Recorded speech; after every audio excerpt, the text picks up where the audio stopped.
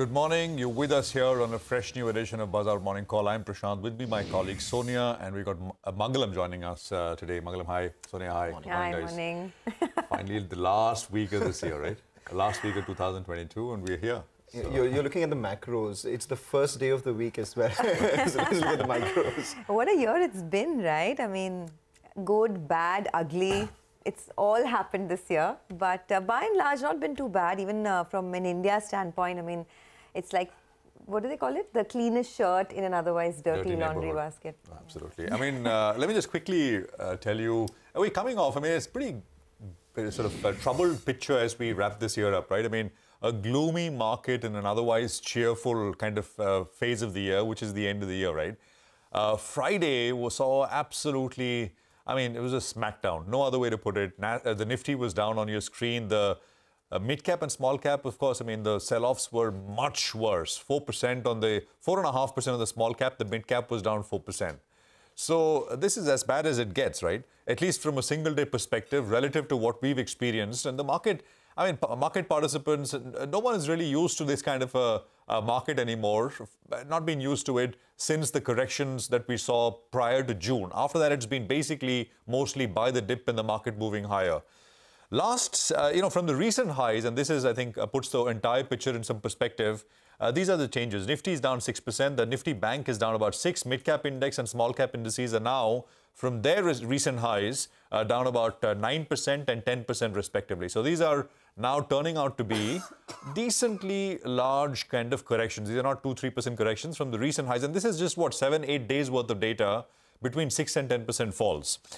Broader markets, I think, is what is even more interesting. So I just ran a screen on NSE 500 stocks, and only 30 stocks over the last 7 days, which is from the highs of December 14th, are actually higher. Only 30 stocks, which means, 95% of stocks are lower in varying degrees. As you can see, I've kind of marked out what is down more. About 12 stocks are down more than 20%. 145 stocks are down between 10 and 20, and so on and so forth. But, only 30 are actually higher in a 7-day period out of 500 stocks, and that is 95% of the overall market capitalization. Let's just quickly run you through how things are looking, and I think this is where there's still a fair bit of confusion. I just want to make this point. Over the last 7 days, right, and this is from the 14th of December, this was the swing high which the market made, and then the market started falling aggressively.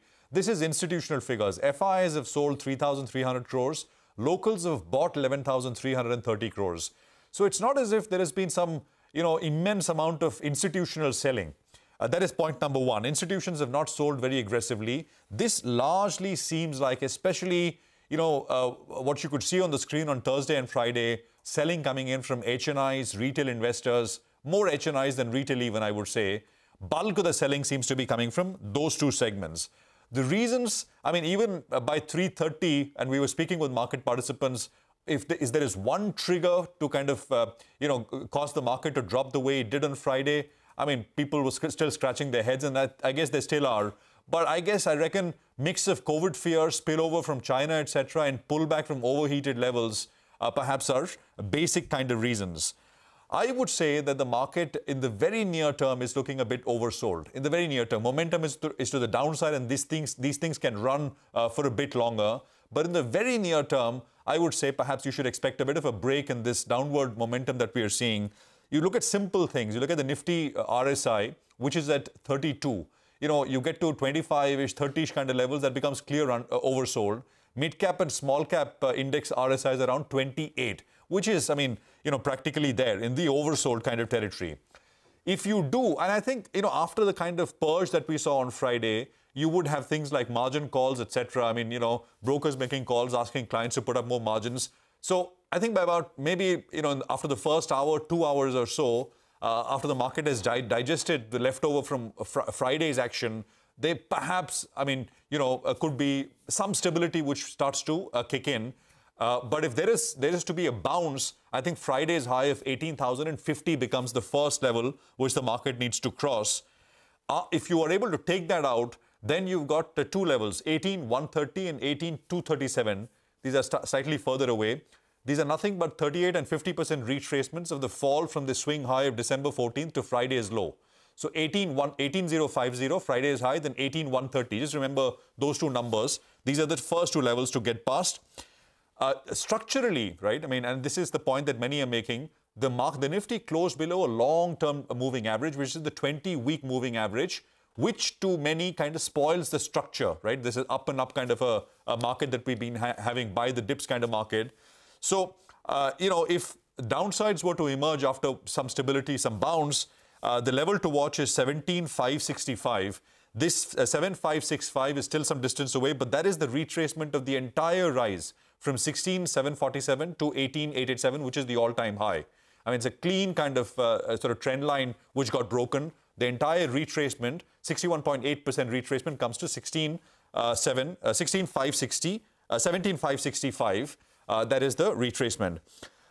Bank Nifty, I mean, I won't go into details. We can talk more about this, but Bank Nifty has support set the 20-week moving average, which is at 40,825.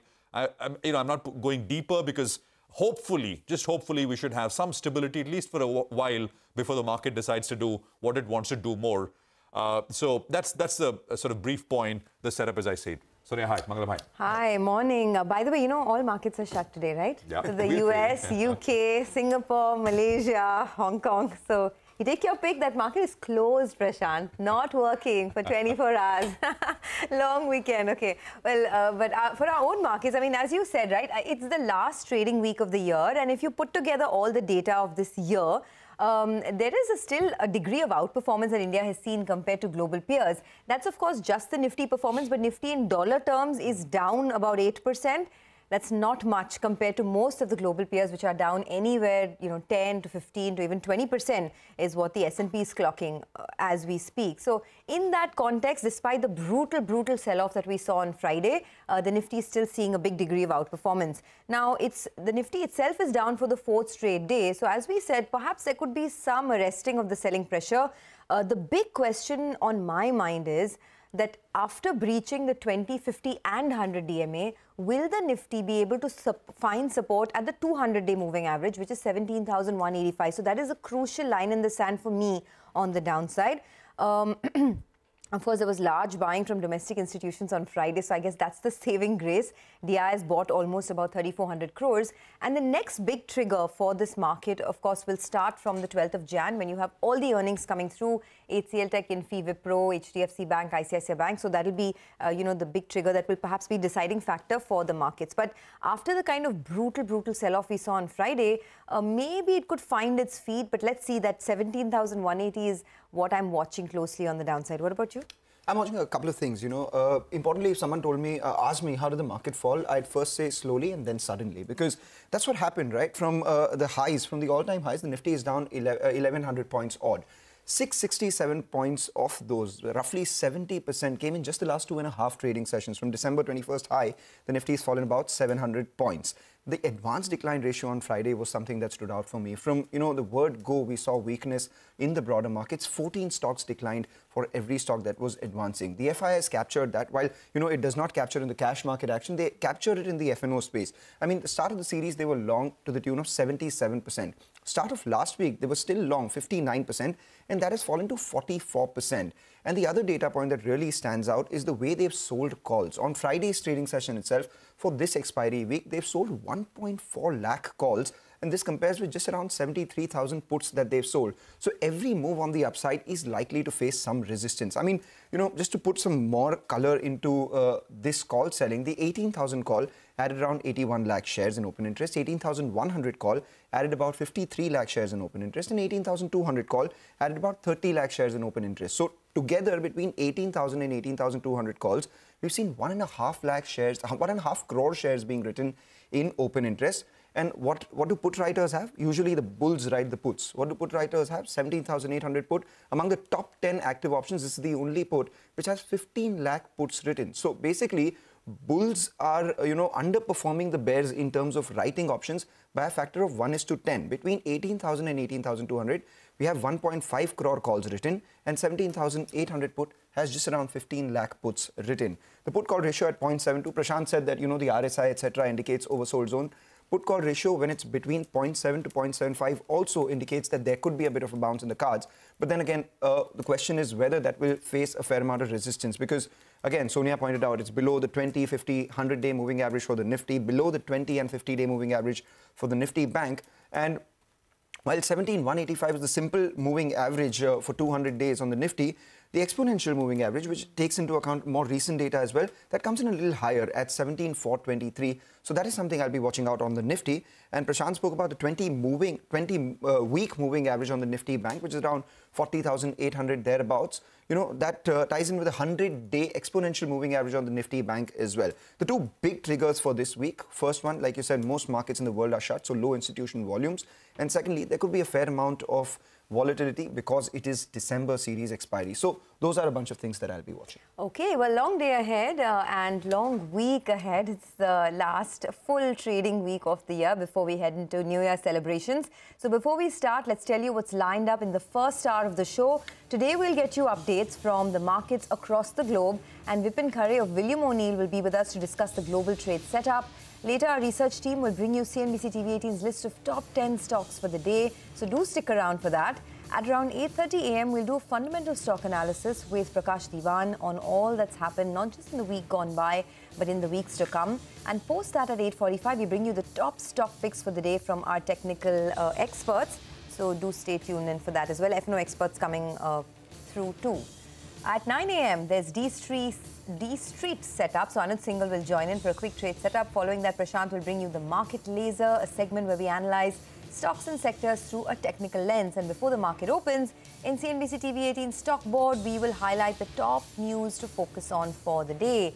So you don't want to miss all this in the next 2.5 hours on Bazaar Morning Call. Of course, we begin with the first equity call of the day. So that's the first opinion as you kickstart trade. Sanjeev Prasad of Kotak Institutional Equities notes a wide array of domestic and global factors creating unseasonal gloom in equity markets. He says these include a sudden decline in discretionary consumption in India, continued strong economic data in the US, which bodes ill for US interest rate outlook, jump in COVID-19 cases in China, large uncertainty around China's response, and surprising shift in the Bank of Japan policy. He says it's hard to form a coherent investment strategy given large uncertainties in multiple variables. Okay, let's get you some money market views as well. This is B. Prasanna of ICICI Bank who says the Bank of Japan pivot of widening the yield curve control band triggered appreciation of the Japanese yen across the board. He says the dollar was supported against other currencies owing to risk aversion and better than expected economic data. Goes on to add, rupee, which was under pressure from persistent hedging by offshore participants, is expected to continue to trade in a range of between 82.1 to 83.1 to a dollar this week. All right, and on the bonds, B. Prasanna says global yields hardened during the week due to the hawkish pivot from the Bank of Japan tweaking the yield curve control. He says domestic yields also drifted higher as MPC minutes continued heightened focus on inflation. He expects the 10-year benchmark bond yield to trade in a range of 7.2 to 7.4% with an upward bias coming through. Right, we also have a lot of stock-specific action to track today. We'll get to the top 10 in just a bit, but we'll tell you what we're looking at. Suven Pharma, Alchem Laboratories, Godrej Properties, Tata Motors, Shriram Transport Finance, Welspun Corp, SJVN and Restaurant Brands Asia, all of them on top of our radar on the back of positive news flow, whereas we'll watch out for United Breweries and Quest Corp as well, stocks which are likely to open in the red on account of negative news flow that is backing them.